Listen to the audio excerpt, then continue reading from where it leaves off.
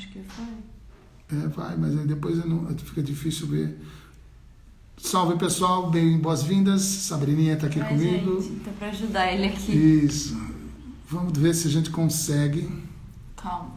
Deixa as pessoas verem. Aqui. Vamos ver se eu consigo agora com o Geraldo. Agora? Agora vai. Pronto, obrigado. Você tem que chegar pertinho, meu amor. Geraldinho chegando. Estamos na Aí. área, se derrubar é pênalti. É isso aí. Nós estamos batendo papo, papo nosso com o Geraldinho. É sobre Setembro Amarelo e a conversa séria, conversa importante.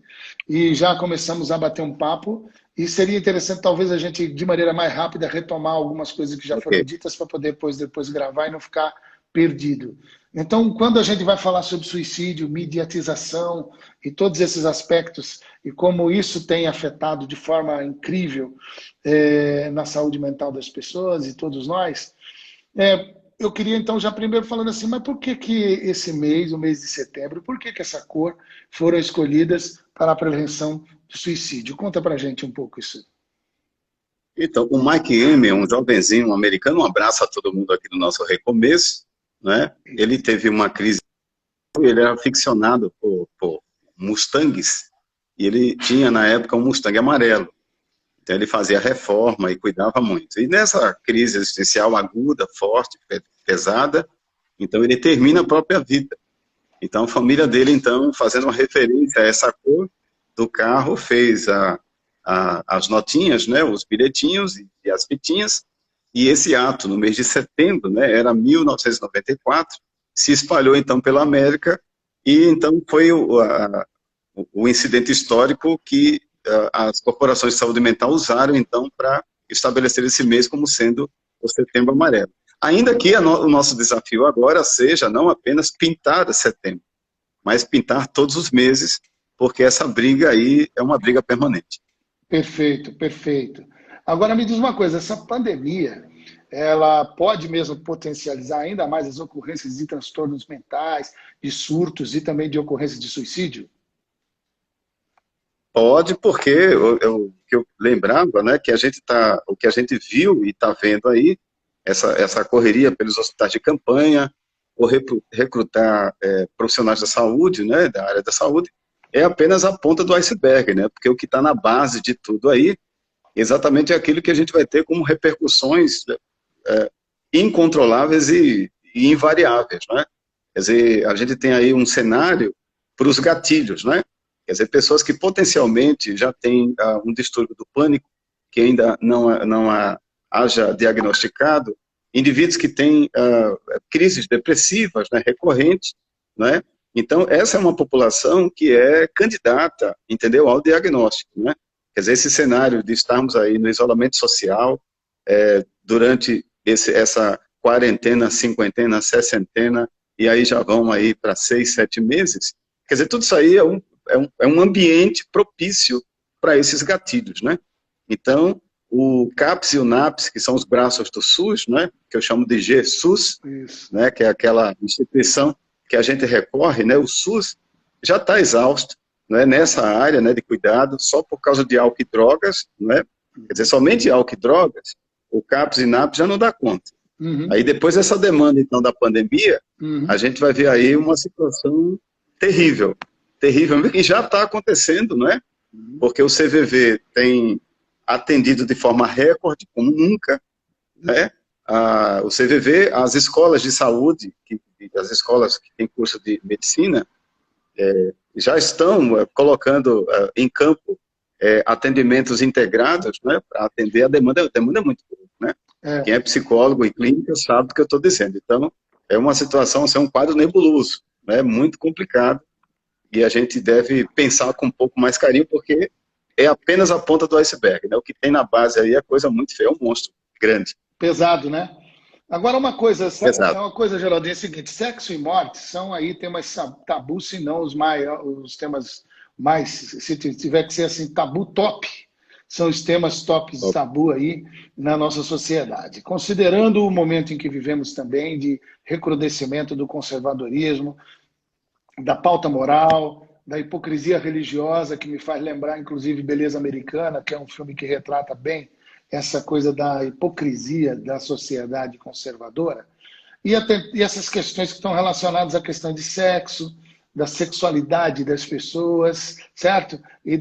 Enfim, essa coisa louca toda, somando com esses mitos, que seria o tabu também da morte, e algumas coisas que são temas difíceis para as pessoas compreenderem, em meio a um ambiente onde parece que a turminha que é terraplanista, que o pessoal agora está, inclusive, partindo para cima de quem diz que a Terra é redonda, negacionismo da imprensa, da ciência e de todas as considerações científicas, negacionismo para lá, negacionismo para cá, que também envolve, entre outras coisas, uma pauta moral hipócrita, que fica pressionando ainda mais as pessoas para poder colocá-las como, vamos dizer assim, como uma espécie de aleijo social, com desrespeito às dores, os sentimentos, as pessoas em si.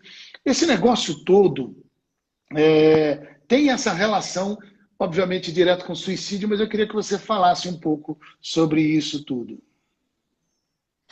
Então, essa questão de negar a dor, ignorar, ser insensível, e assim, a gente evoluiu, a gente saiu da insensibilidade para a desumanidade, né, que é algo muito pior. Então, as pessoas estão um pouco se lixando aí com a morte, com o sofrimento das pessoas. Isso é bem antigo, né, porque ainda decorre daquele conflito secular entre ciência e religião, né? A gente tem uma resistência muito grande em modelos religiosos de se reconhecerem depressivos, de se reconhecerem bipolares, de procurar ajuda. Muitos líderes religiosos encontram em profissionais da saúde mental concorrentes, né? E a gente sabe aí que existem alguns nichos, né, que são fechados, né, para procurar ajuda, porque isso conspira contra essa aparente fé inquebrável, né, impermeável, né, poderosa, né? Então, o irmão Clark Kent, a irmã, a Mulher Maravilha, eles têm uma blindagem, né? Acham que a fé blinda. Então, assim, em muitos ciclos religiosos está abarrotado de pessoas adoecidas. Até porque esses ambientes também são tóxicos, né? Na maioria das vezes, né? E não contribuem para a estabilidade. Então, esses tabus aí, eles são reforçados, né? São temas, assim, proibidos, né, em muitos modelos religiosos. Então, para ajudar a gente, né, já que a campanha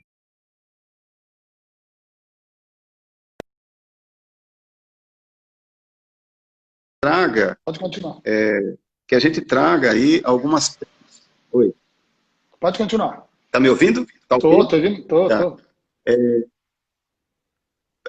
Que a gente traga assim para o debate alguns filmes que apareceram mais aí dos anos 2000 para cá. E aí eu dizia Como Eu Era Antes de Você, que é 2016, eu vou aqui na ordem, 2016, Como Eu Era Antes de Você, que é aquele CEO poderoso, né, rico, que sofre um acidente, e aí, tetraplégico, paraplégico, né, ele perde os movimentos e marca 6 meses para terminar a vida. Esse filme dá para a gente discutir esse modelo capitalista, insano, em que as pessoas só valem enquanto produzem.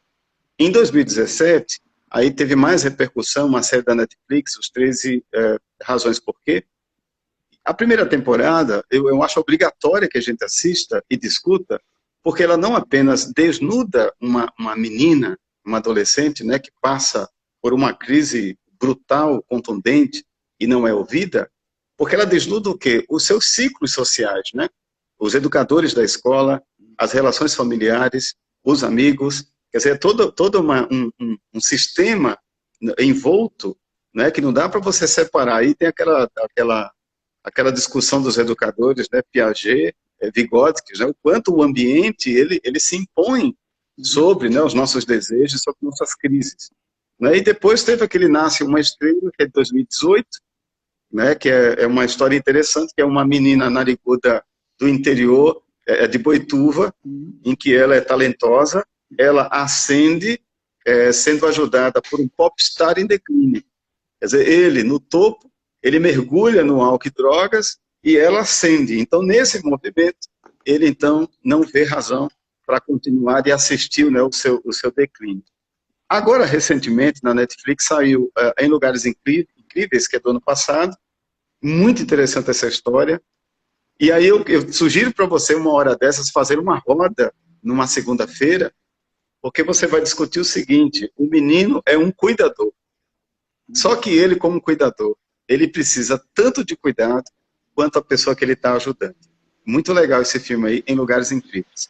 E O Diabo de Cada Dia, que surgiu semana passada, né? Foi lançado semana passada, O Diabo de Cada Dia, que expõe esses casos, essas crises existenciais poderosas, né? Então, um caminho para a gente romper essa fronteira e conversar e aprofundar seriam essas peças de mídia que está acessível e dá para a gente fazer uma roda interessante. Que bacana. Depois você, nos comentários, você vai colocando aí os filmes para que todo mundo possa... a maioria desses aí eu já assisti, mas o Lugares Incríveis você me deixou com vontade. Quero ver isso aí, vou assistir. E vamos fazer essa roda aí, de repente, numa segunda-feira, para a gente trocar ideia sobre isso. Muito bom, hein? Mas então, agora uma coisa, Geraldinho, é o seguinte, essa ocorrência de pessoas que atentam contra a própria vida, esse pessoal parece que não está prestando atenção, né? O que tem de pastor se suicidando, o que tem de gente dentro das igrejas se suicidando, esse elemento, isso daí deveria ser uma contradição. Mas por que não é uma contradição? Ou é ou não é? O que você falaria sobre isso? Vocês que não conhecem o Geraldinho é pastor, teólogo. Ele, além de ser terapeuta, além de ser um cuidador do coração, ele é pastor, já faz tempo que é pastor. E teólogo, e também professor de teologia. O cara é professor formado no Haggai, enfim, tem um monte de coisa. Ele é pastor, então ele manja das paradas de igreja, de pastor. Ele fala também como um pastor, é um cuidador dos corações, mas é um pastor absolutamente lúcido, e também como terapeuta, ele traz esse mix maravilhoso que faz do Geraldinho, nosso querido Geraldinho. Então, Geraldinho, mas diz aí, meu irmão, por favor, como é que é isso? Tem contradição, não tem contradição? Deveria ser contradição? O que é isso? Deveria ser contradição. Não surpreende, porque quando a gente lança a mão, por exemplo, daquela parábola simbólica, aquela parábola, acho que talvez ali esteja o maior de todos os sermões, né, de Jesus de Nazaré, que é a parábola do bom samaritano. Então, quando você vê, quando tem um cara largado no chão, um cara que é vítima, um cara que está com um vírus, o cara que foi solapado, né, e foi arrepiado, está quase morto, diz o texto, e passa de largo, né, dois federais, né, da religiosidade, você vê ali um cara da lei e um levita. Quer dizer, na nossa expectativa seriam aquelas pessoas que deveriam socorrer. E eles ignoram, e eles passam a distância. Parece que isso já remete a um desenho do que a gente está vivendo. Né? Alguns anos atrás, a gente tinha nas comunidades religiosas um bunker, né, um lugar seguro, um lugar em que as pessoas, olha, casa lá, porque a chance de dar errado é pequena. A gente dizia isso, a gente reproduzia isso. A melhor coisa que tem é essa experiência, né, com Jesus, com Deus, na igreja. Agora, o que andou acontecendo aí nas últimas décadas? Que desvio é esse que faz com que esses ambientes, não quero generalizar, evidentemente, mas eles se tornaram exatamente aquele ambiente que pare, que reproduz, talvez, a maior religião do país, né?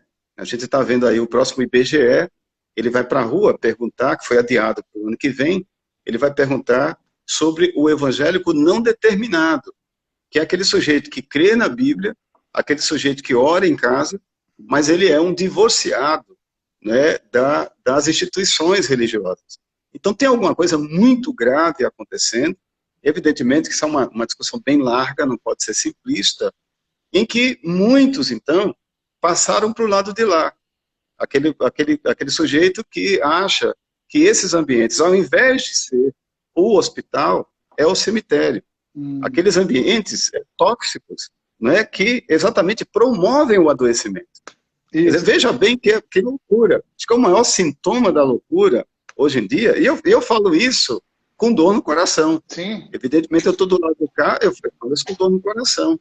Quer dizer, a gente tem que ter comunidades que superem a culpa, comunidades que sarem as feridas, comunidades que apregoem a reconciliação, a conciliação, o equilíbrio, a sanidade. Por isso que se diz, existe a doutrina sã e existe a doutrina insana. Uhum. Se não existisse uma, não existiria outra. Não é? Então, para mim, é uma contradição grave. Acho que em 2005, o Paulo Romero lançou aquele livro muito interessante chamado Decepcionados com a Graça, que ele já desenhava o que viria a acontecer no futuro. Né? E o que mais dói é que, quando você conversa com essas pessoas que são militantes na anti-igreja, são militantes, você fica alijado, você não tem condição, muitas vezes, de contra-argumentar. E isso é de doer. Né? Isso é de doer. Então, dentro desse processo de segregação, de elitização, essa tomada do capital sobre as pessoas, você vê aí alguns discursos na televisão em horário nobre, de indivíduos que estão dentro da igreja, não é? Exatamente contando, associando a presença de Deus ao capital, à aquisição, a bens, entendeu? Eu era Fusca 76, hoje eu sou Ferrari 2020. Quer dizer, alguma coisa muito grave, muito errada está acontecendo para a gente ver aí surgindo esse movimento de pessoas que são os feridos, né, pelas instituições, né? Então, eu não estou aqui generalizando, né, o tema é muito vasto, né, mas certamente para mim é uma contradição.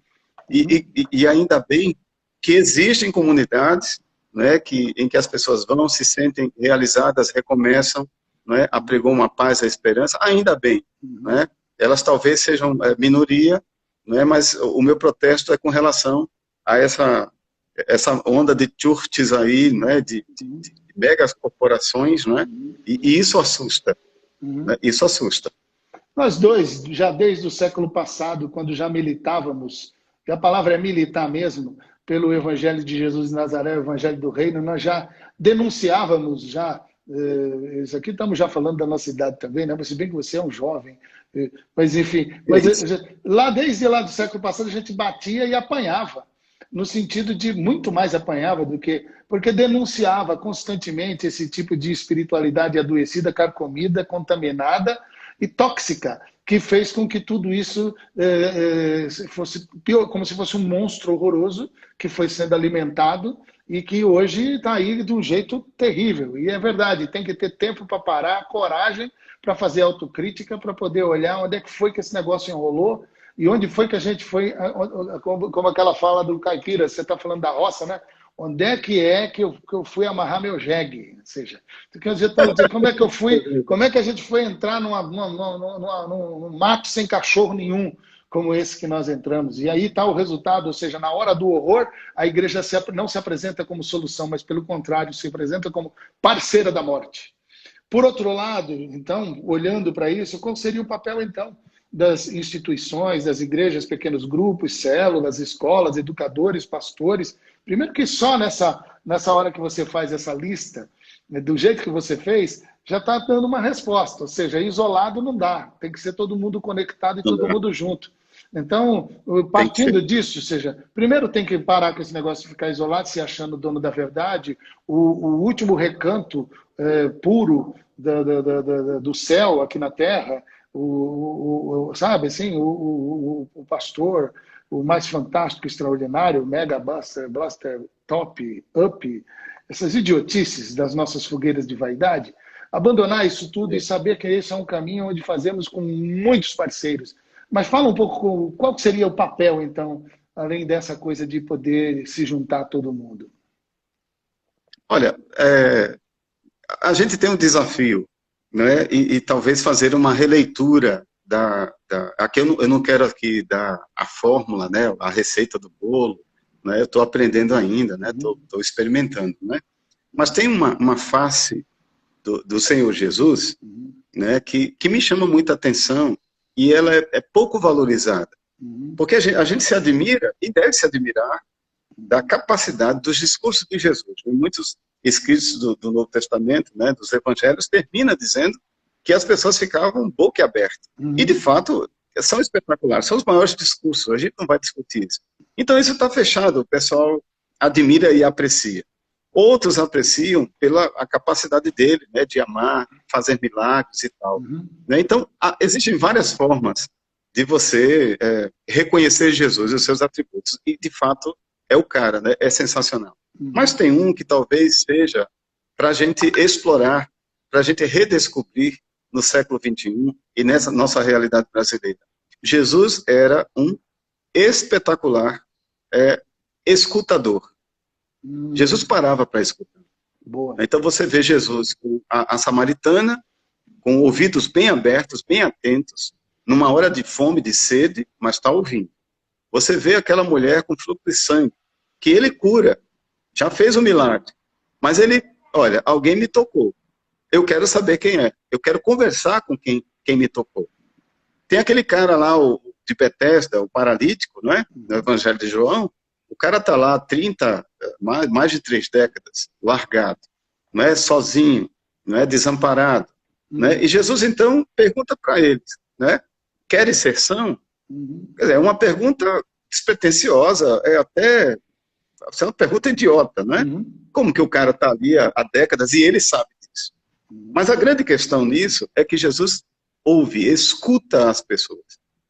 E talvez para esse tempo a gente vai precisar esculpir ou redescobrir esse Cristo que ouve, que quer ouvir, que quer escutar, né? Escutar, se abrir os desabafos das pessoas que estão asfixiadas. Levi, enquanto a gente está conversando aqui, a cada 40 segundos, segundo a Organização Mundial de Saúde, alguém terminou a própria vida. É grave isso. Muito. Então, ao invés de a gente estar fazendo uma igreja de produtividade, uma igreja de um fazedor de milagres, uma igreja de discursos verborrágicos, da pregação, quem sabe a igreja que vai ajudar a minimizar essa demanda seja aqueles que seguem a Jesus e que são os escutadores. Porque seguem Jesus na escuta. E escutam como ele escuta. Né? Jesus, mesmo tendo lidado com aqueles conflitos bélicos, né? Com partidários, com religiosos, com todo mundo, o Evangelho de Mateus está cheio disso, ele jamais deixou de ouvir os seus adversários, né? aquelas pessoas que lhes contrapunham. Então, o caminho para isso hoje é que Jesus é a esperança, é o caminho, é a verdade e a vida, mas uma orelha grande, talvez seja, numa cruz, seja o lugar para a gente procurar, para a gente pregar. Fantástico isso aí, porque é aquela coisa, né? Sempre falando também sobre isso. Ou seja, nós precisamos, antes de querer saber falar de Jesus, nós precisamos aprender a ouvir em Jesus. Ou seja, isso. A capacidade... ouvir em Jesus. A gente tem uma disputa que é legítima, que as pessoas têm que respeitar o nosso lugar de fala. Isso é maravilhoso, isso é lindo, é legítimo, está certo. Mas nós, como discípulos de Jesus, nós não estamos querendo pedir respeito para o nosso lugar de fala, porque nós vamos falar o cara respeitando ou não. Nós somos de Jesus, a gente fala o que a gente acredita no que Jesus nos ensinou. E não tem coisa mais radical do que os ensinos e os mandamentos de Jesus. Então, se respeitou ou não respeitou, nós vamos continuar falando e pronto. Então, isso é uma coisa. Mas nós temos que aprender de uma vez por todas, parar de ficar falando muito e ouvir mais. Você está certo. É o lugar de escuta. É o lugar de escuta, é ouvir em Jesus. E a pessoa perceber que você está realmente ouvindo. Você está ouvindo não só a voz dela, você não está ouvindo só o argumento dela, você está ouvindo a história da pessoa, você está ouvindo a pessoa toda. Isso é fantástico, isso aí é acolhimento. Fantástico. Isso é acolhimento. É acolhimento. As pessoas precisam de senso de acolhimento, senso de pertencimento, senso de segurança, senso de pertencimento. E é isso que os discípulos de Jesus de Nazaré têm que se revirar, parar com esse negócio de ficar fazendo, como você mesmo disse, mega igrejas que ficam aí no putz gospel e etc. Parar com esse negócio, parar com essa verborragia, sabe, falando muita coisa, transformando os sermões em coisas assim, parece que é dificultar para depois facilitar. É um negócio louco, mas é o performar. verborrágico. Performar, o verbo performar tem que sumir do nosso jeito de ser igreja. Sumir, Isso. sabe? Esse negócio de produção, parar com esse negócio. Nós vivemos com excelência. Já não, a palavra excelência é tão bonita, mas ela tem um som corporativo. Eu acho que nós não temos que ficar com esse papo de buscar excelência, não. Nós não fazemos as coisas com excelência, nós fazemos as coisas com zelo. A palavra zelo é melhor porque ela é cultica. Então é zelo, é zeloso. Então é ouvir e mudar esse papo. Vamos transformar nossas comunidades de discípulos em espaços que sejam um senso de acolhimento, senso de segurança, que as pessoas sintam isso, senso de acolhimento, senso de segurança, senso de pertencimento e senso de missão. Isso. Senso de missão. Se Isso. as pessoas, ao chegarem nas nossas comunidades, de boa, se ele sentir que ele sentiu, fui acolhido, me sinto seguro, pertenço a essa turma, estou em alguma coisa maior do que eu posso imaginar, que é uma missão maior do que eu imagino, mano, pelo amor de Deus, onde é que está essa igreja que eu quero ir? Tá certo, não? Qualquer um, certo? Certo. Agora, Certo. isso aí é terrível. E essa, Pode falar. e essa é a melhor proposta psicológica de significado, de sentimento de pertença, ainda é o cristianismo. Ainda é o Jesus, aquele Jesus dos evangelhos. Isso. Né? Aquele que acolhe, aquele que escuta, né? Aquele que revolucionou com o amor. Né? A melhor política é essa. Né? Amar as pessoas, né? E se abrir. Né? Aquele convite de Jesus em Mateus 11:28. Isso. Vinde a mim todos os que estão cansados, oprimidos, sobrecarregados. Isso mesmo. A vida é dura, mano. O mundo é cão. Olha o convite de Jesus. O mundo é cão. Então, nesse exato momento, tem muita gente aí pesarosa, sob pressão, desesperada, e é esse convite terno, né, desse pai. Eu vou aqui usar aqui tem um livro, né, de uma teóloga alemã chamado Jesus à Luz da Psicologia Profunda, em que no primeiro capítulo ele elenca que Jesus tem todos os atributos masculinos e todos os atributos femininos, né? Jesus, ele tem o acolhimento da maternidade. Ele é eterno como uma mãe, ele é firme, né, e poderoso como um pai. Jesus é perfeito e completo para essa sociedade perdida. É perfeito. E outra coisa, Geraldo, maravilha. Esse livro também, essas dicas de livros que você se você jogar depois nos comentários, vai ser muito importante. Mas então, meu querido, legal. Eu queria mesmo agora ir para as suas considerações finais, para esse nosso papo. Ou seja, fica à vontade para poder apresentar aí as suas considerações finais e para trazer uma bênção para nós. Orar por nós. Queria agradecer aqui essa conversa, né? Eu te admiro muito. Eu acho esse espaço da segunda-feira, 15 horas, sagrado, não é? De cuidar de quem cuida, são as coisas do coração, da intimidade. Né? Esse tema é muito vasto, evidentemente, né? E a gente deve continuar fazendo todos os meses amarelos, né? 12 meses, né? A prevenção não para aqui, né? E me colocar à disposição aí, né? E você também está à disposição de quem está passando aqui nessa prosa e que está passando mal, né? A gente quer te ajudar. Vamos orar então, né? Vamos. Ó Deus, muito obrigado por esse diálogo, que o Senhor abençoe o teu servo, pastor Levi, nas suas andanças, na sua jornada, que o Senhor supra, ó Deus, o seu cuidado, e abençoa todos esses amigos e amigas que passaram por aqui, que interagiram, onde quer que essa conversa seja assistida, seja experimentada, seja aprofundada, que ela abençoe também. Em teu nome que te oramos e te agradecemos. Amém. Amém. Muito obrigado, viu, Geraldinho? Você que está aí, ó, se você entende que esse tema, esse papo que nós estamos tendo aqui, ele é importante para alguém que você conheça, faz favor para você mesmo, muito mais do que você pensa. Você é muito abençoado quando você abençoa alguém, quando você abre a porta para que alguém possa falar. E às vezes você está tendo um discernimento de Deus ao pensar em alguém e mandar esse papo nosso aqui. E é para a pessoa poder ouvir do começo até o fim e entender que ela não precisa ficar calada. que ela pode falar. Sim. O pessoal do grupo do Óbvio e também o Kivitz, o Vitão, fez uma parada de uma campanha assim, né? Um salve, salva. Então, mande um salve para as pessoas, Um salve, encaminhe, salve. um salve, salva, e mande essa nossa live. Eu vou ficar disponível aqui no IGTV, ficará aqui na minha página principal.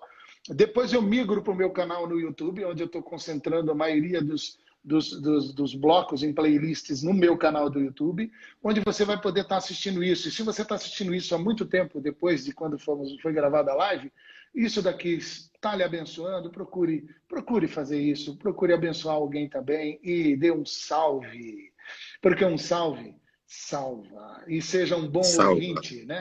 Seja um bom ouvinte, uma boa ouvinte das pessoas. As pessoas querem falar. Então, tem os temas dos livros e os filmes que foram falados aqui. O Geraldinho vai estar fazendo isso com muita gentileza, também publicando nos comentários. Um beijo para você, para a Marina e as meninas. Deus guarde você, meu amigo. Deus abençoe, meu querido. Muito bom te ver. Um abraço, hein? Tamo junto. Deus te proteja. Valeu, hein? Valeu. Tchau, tchau. Valeu. Amém. Tchau.